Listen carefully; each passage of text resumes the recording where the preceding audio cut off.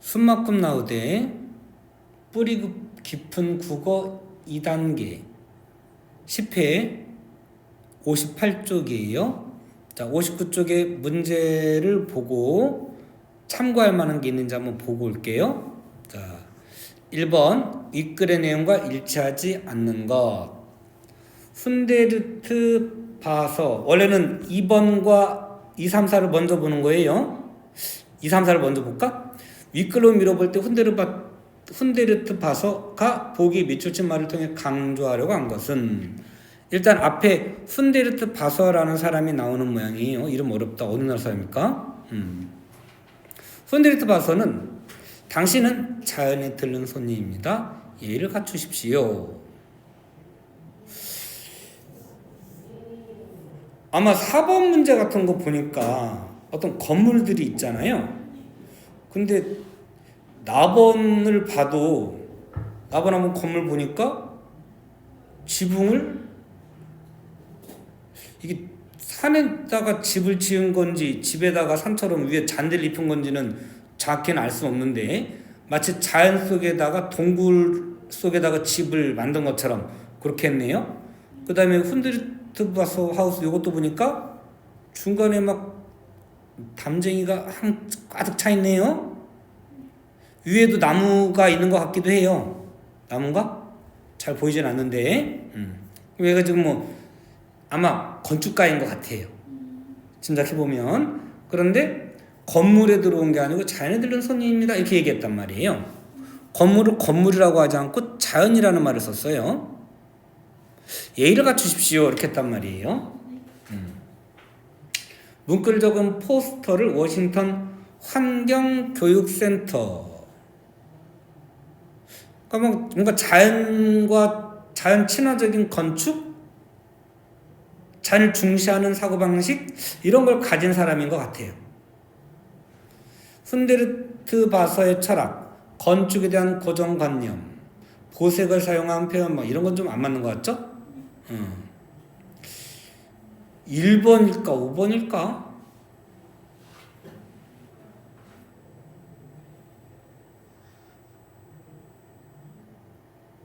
1번 쪽에 가까울 것 같긴 한데 아직 보면서 좀 더 확인해 볼게요. 자연을 중시하는 그런 내용인 것 같긴 해요. 자,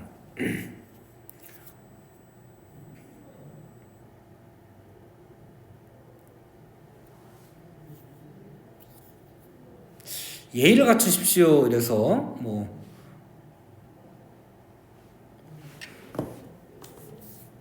인공적이고 이런 게 건축물인 거니까 뭐 그런 거에 대한 반론인 것 이건 본문 좀 확인하고 할게요. 요거는 다시 보고 와야 될 것 같아요. 2번, 3번, 4번 보고 다시 와야 될 것 같아요. 보기에 가나에 들어간 말로 가장 적절한 것. 훈데르트 바서는 기존의 회화나 건축 양식을 거부하고 아이고 여기서 답을 추론할 수 있겠네. 기존의 회화나 건축 양식을 거부하고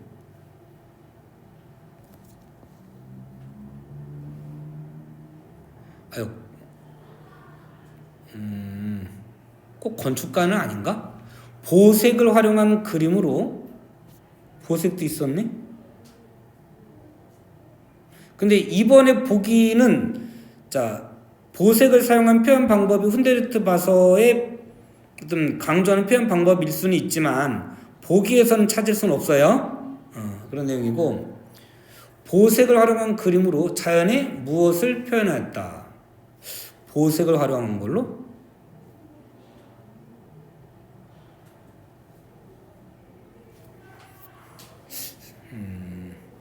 보색으로 인해서 발휘될 수도 있는 게 뭘까? 생명력일까? 딱 떨어지질 않는데 보색이 경고? 이런 건 아닐 것 같고 뒤에 것도 한번 볼까? 곡선을 활용한 건축물로 인간과 자연의 요거는 좀 통합, 조화 이런 정도에 가까울 것 같은데 그죠?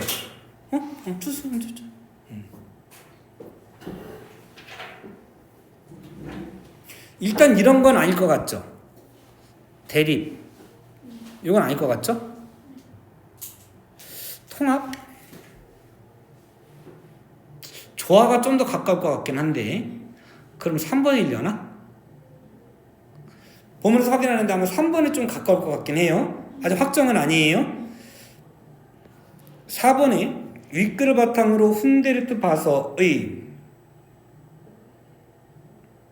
두 작품을 감상하고 적절하지 않은 것 잘못된 거예요. 가와 나는 모두 작품 모두 곡선을 사용 눈에 띄는군. 근데 일단 3번 문제에서도 각 곡선이란 말 나왔잖아요. 그러니까 맞긴 맞는데 곡선이 안 보이는데 별로 어디가 곡선이 있냐?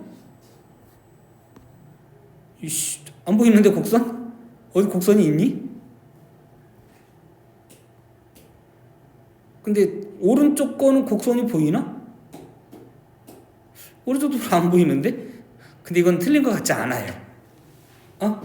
위에 3번 문제를 봐도 알 수 있을 것 같긴 한데 칸마다 색을 달리하여 요거는 말이 느껴지는 것 같다. 그 다음에 생동감은 그랬죠. 칸마다 색을 달리하여 생동감. 그럼 이게 위에 것도 보면 생동감, 생명력 이게 좀 가깝지 않을까요? 가는 자연 속에서 인공미가 돋보이는 건축물이군. 자, 인공미 밑줄이에요. 나는 건축물이 마치 자연의 일부처럼.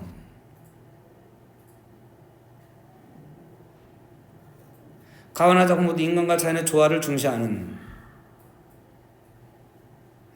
그러면 자 이렇게 밑줄 쳤죠. 아이 우리 애기들한테 이거부터 가르치면 안 되는데. 인공미.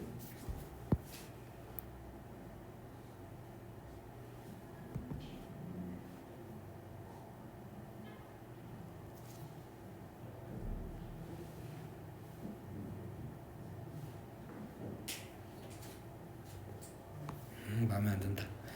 이쁘게 칠게요. 이렇게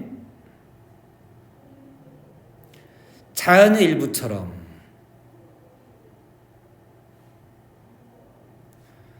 조화. 그러니까 인간 중심적이냐 자연을 중시하는 이렇게 본 거예요.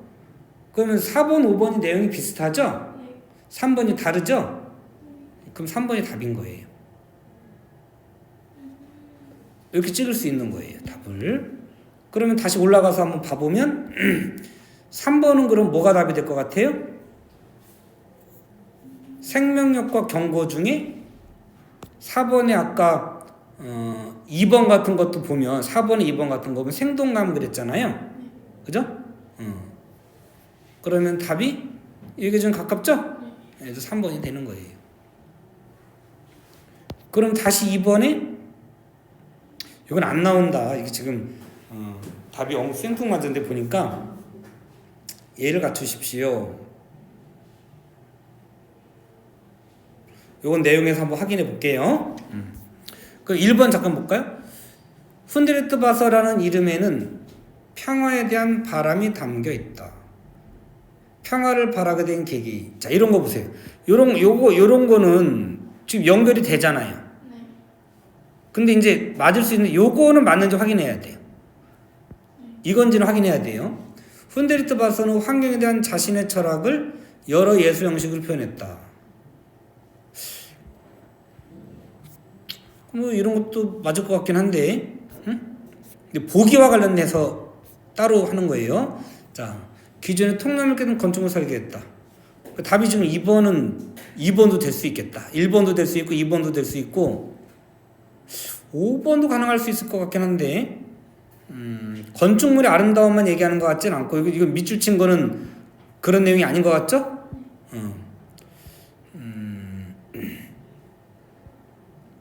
자, 건축물 자연 조화를 깨한 작품이다. 지금 1번, 5번 같은 경우에는 자 4번하고도 통하고 그죠? 3번하고도 통하네. 2번만 좀 생뚱맞은데 이거 내용 확인해야 돼요. 요 1, 3, 4는 그대로 이렇게 풀린다. 이렇게 너무 편법으로만 하면 안 돼. 네 편법 같아 어때? 나중에 수능 이렇게 풀어야 되는 거야. 이런 건 이제 형식적 풀이 그러는데 편법은 아니야. 문제가 이렇게 나올 수밖에 없어. 여기 내용하고 여기 내용과 반대야? 그럼 둘 중에 문제 하나 틀린 거야. 다 연결되는 거예요. 응? 자, 사실 우리 2번만 확인하면 되는 거야. 빠르게 읽어볼게요. 자, 훈데르트 바서는 오스트리아의 대표적 환경운동가네요. 자, 훈데르트 바서. 이 사람은 한 사람인가 사실 체크하면 되긴 되는데 환경운동가이자 화가이자 건축가이다. 다재다능한가 봐요. 그의 본명은 프리드리히 스토바서로 제2차 세계대전으로 아까 1차 세계대전이 아니고 2차 세계대전이네요. 근데 1차하고 관련되는 게 나온지 볼게요. 제2차 세계대전으로 인해 힘든 유년기를 겪으면서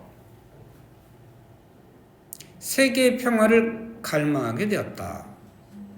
여기 나왔네. 그러면 2번이 틀린 거죠. 그러면 가볼까요? 그 평화를 바라게 된 계기는까지는 맞는데 제1차가 아니고 2차 세계대전인 거네요. 답은 2번인 거네요. 오케이. 되죠? 자, 그리고 평화에 대한 바람과 관심을 담아 평화의 나라에 흐르는 100개의 강이라는 뜻을 지닌 프리덴 슈라이 훈 데르트바서. 어느 나라 말이니? 오스트리아니까 오스트리아가 영어 쓰지 않아요? 프리들이 아빠 이쪽이 러시아 이런 쪽일까? 자, 그는 인간과 자연이, 요거 핵심이네요. 인간과 자연이 조화를 이룰 때 생기는 평화를 추구했으며 이러한 생각을 예술작품으로 표현했다. 그러니까 이 사람이 핵심으로 둔 가치가 뭐예요? 조화인 거예요. 인간과 자연의 조화.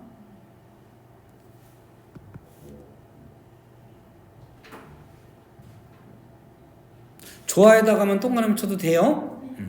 훈데르트 바서의 그림은 생동감 넘치는, 아까 생동감 있었죠? 색과 나선 형태, 곡선 형태인 거예요. 가 특징이다. 여기 단락은 뭐라고 제목을 달면 될까요? 여기는 지금 훈데르트 바서의 철학, 인간과 자연의 조화 이랬는데 훈데르트 바서 일단 그림 뒤에는 이제 또 몇 가지 더 나오나 봐요. 훈데르트 바서는 물감, 펜, 아크릴, 금속 등 재료에 구애받지 않았다. 재료를 크게 신경 쓰지 않고 뭐를 강조했대요? 색과 나선. 되죠? 그래서 색채의 마술사라는 별명을 가졌나 봐요. 전통적 색을 거부하며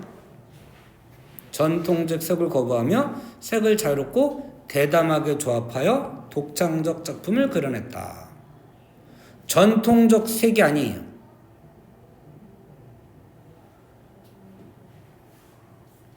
자유롭고 대담하게 그렸어요. 이렇게 대담하게까지 동그라미 칠까? 이렇게 하죠. 이렇게 독창적 작품을 그려냈다. 독창적? 이것도 할까요? 전통하고 조금 벗어난 그런 작품이에요. 특히 강렬하고 빛나는 색과 보색들을 함께 활용해서 강렬하고 빛나는 색과 보색, 작품에 넘치는 생명력을 표현했다. 자, 이런 식으로 표현하는 거예요. 이렇게 해서 읽으실 때 이렇게 표시하면서 가는 거예요.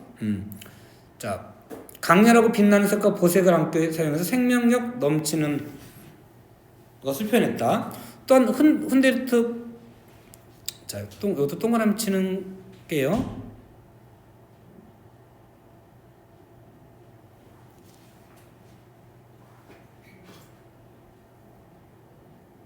이렇게 그 다음에 내 생명력, 넘치는 생명력을 표현했다. 또 혼데르트 바서는 직선 대신 곡선과 나선을 사용해서 직선을 쓰는 게 아니고 곡선과 나선, 이렇게 돌아가는 거를 나선이라고 그래. 원래는 그림을 그렸다. 곡선이 잔을 닮았다고 생각했기 때문이었다. 그러니까 결국 위에서 보면 자연과의 조화를 추구했다고 그랬으니까 직선은 자연과 좀 다르다고 생각한 것 같아요. 그는 장애물에 부딪혔을 때 직선을 뚫고 나아가지 않고 돌아가는 강의 물줄기에서 곡선을 연상했다. 그리고 시작과 끝이 정해져 있지 않은 나선 모양은 돌고 있다 보니까 어디가 시작인지 어디가 끝인지 모르겠다는 거예요. 시작이 끝이고 끝이 시작인 거예요. 인간의 삶과 닮아 있다고 생각했다. 그의 작품 중에는 집과 얼굴이 하나인 것처럼 어우러져 있는 그림들이 많다. 그러한 작품에는 인간과 자연의 유기적 조화를 중시하는 작가의 철학이 잘 묘사되어 있다. 그래서 전체적인 두 번째 단락의 큰 제목은 훈데르트 바서의 철학, 이게 맞네요. 근데 그 중에 주로 그림을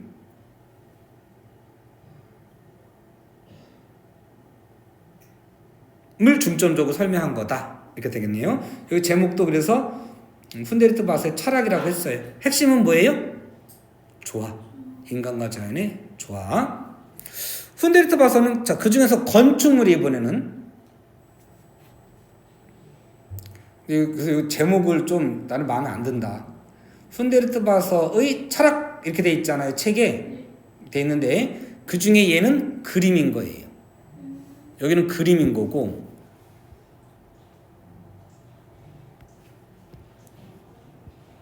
여기는 그림인 거고, 여기는 건축물인 거예요. 그러면 두 번째 단락과 세 번째 단락을 다 묶으면 주제를 뭐라고 하면 돼? 그때는 훈데르트 바서의 철학 이렇게 하면 되는 거예요. 근데 그 중에 두 번째는 그림, 세 번째는 건축물인 거예요. 제목이 좀 마음에 안 드네요. 자, 자신의 철학을 고스란히 담았다. 여기 보세요. 애도 이랬잖아요. 그러니까 위에 단락과 밑에 단락을 다 묶으면 주제가 뭐가 되는 거야? 철학인 거야. 책에 있는 거 바꿔버릴게요.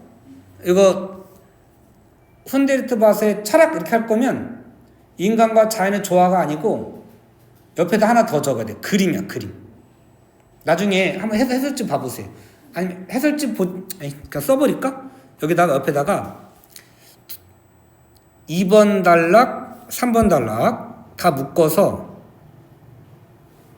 훈데르트 바서의 철학. 핵심은 뭐예요? 자연과 인간의 조화인데 그 중에 2번 단락은 그림의 예인 거예요. 3번 단락은 뭐예요? 건축인 거예요. 건축물이냐 건축이냐, 건축물 이렇게 되는 거네요. 훈데르트 바서의 철학이 반영된 그림, 반영된 건축물 이렇게 되는 거예요.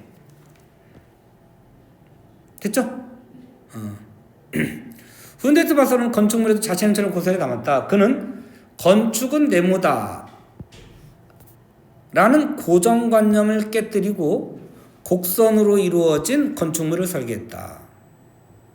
자, 네모 고정관념이에요. 곡선 훈데르트 바서가 추구한 건축물의 모습. 우측에 있는 거 보면 블루마루 온천, 이거는 곡선이 그려 보인다. 야, 이거는 여기 보이죠? 곡선이 이렇게. 요것도 곡선이고, 저 보실래요?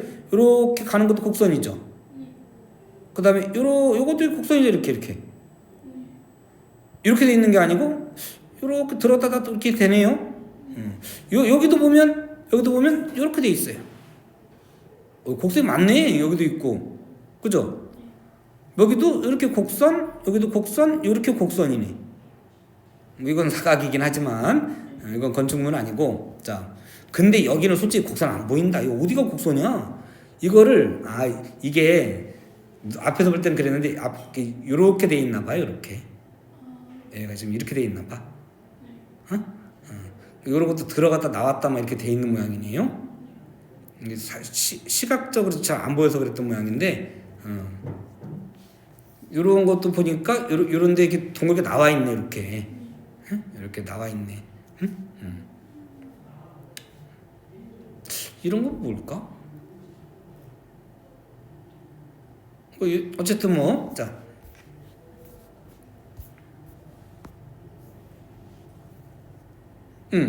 이 작품은 훈데르트 공공주택을 리모델링한 훈데르트 바스하우스. 아까 그게 훈데르트 바스하우스가 공공주택을 리모델링한 건가 봐요. 그게 가장 대표적인 건축 작품입니다. 이 작품은 건물 전체가 하나의 곡선을 이루고 있으며 지붕 위에 잔디를 깔고 나무를 심음으로써 건축물이 자연에 동화된 느낌을 준다. 이게 얘인 거예요. 이렇게 고정관념을 깨트리고 곡선으로 이룬 작품을 설계했다 그랬잖아요. 그러면 이거 답을 확정할 수 있겠다. 이번에 좀 이따 하자. 자, 지금 훈데르트 바스하우스잖아요. 여기가 아니니? 내가 4번 문제가 헷갈렸어요. 그는 이 건축물의 칸칸이 다른 색을 칠함으로써 생동감을 불어넣었다. 아까 문제 3번도 확실하게 이제 맞죠? 그 다음에 훈데르트 바스하우스가 리모델링한 또 다른 건축 작품인 블루마루 온천 마을은 요거는 반지의 호빗 쪽의 집의 모티브가 되었다. 다만 이제 그 크기가 좀 작아졌나 봐요. 블루마루 온천 마을의 건물들은 곡선으로 지어져 부드러운 느낌을 준다. 특히 모든 건물 지붕에 풀과 나무를 심고 한 건물의 지붕이 다른 건물의 마당이 되어 되도록 연결한 독특한 구조는 마을이 하나의 언덕처럼 보이게 한다. 반지의 제작자는 자연과 조화를 이룬 블루마루 온천 마을의 영감을 호빗 쪽에 사는 집과 마을을 디자인했다. 호빗 쪽은 둥글둥글하게 나오는 것 같아 생각해보니까 그죠? 영화 속에서 그려진 호빗 쪽은 언덕의 중간을 파고 그 안에 집을 지었는데 그 모습이 블루마루 온천 마을과 비슷하다.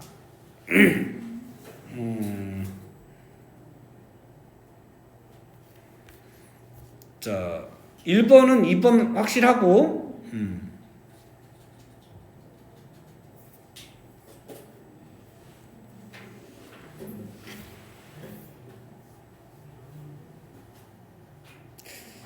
1번 아니면 2번 중에 하나를 골라야 될 것 같아요.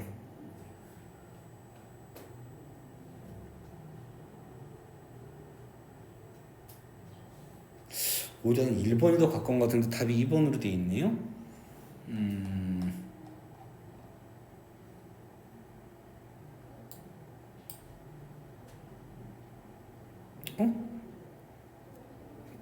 맞네. 근데 아까 답을 잘못 봤나 봐요. 문제가 잘못됐나 싶었는데 큰 무리 없죠 그러면? 자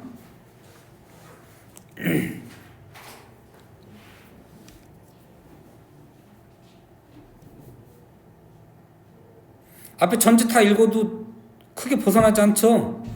요거를 하려고 그랬는데 이렇게 되는 거긴 하는데 고정관념을 깬 거는 맞기는 맞는데 고정관념을 강조한 게 아니고 그걸 깨고 조화를 추구했다라는 거잖아요.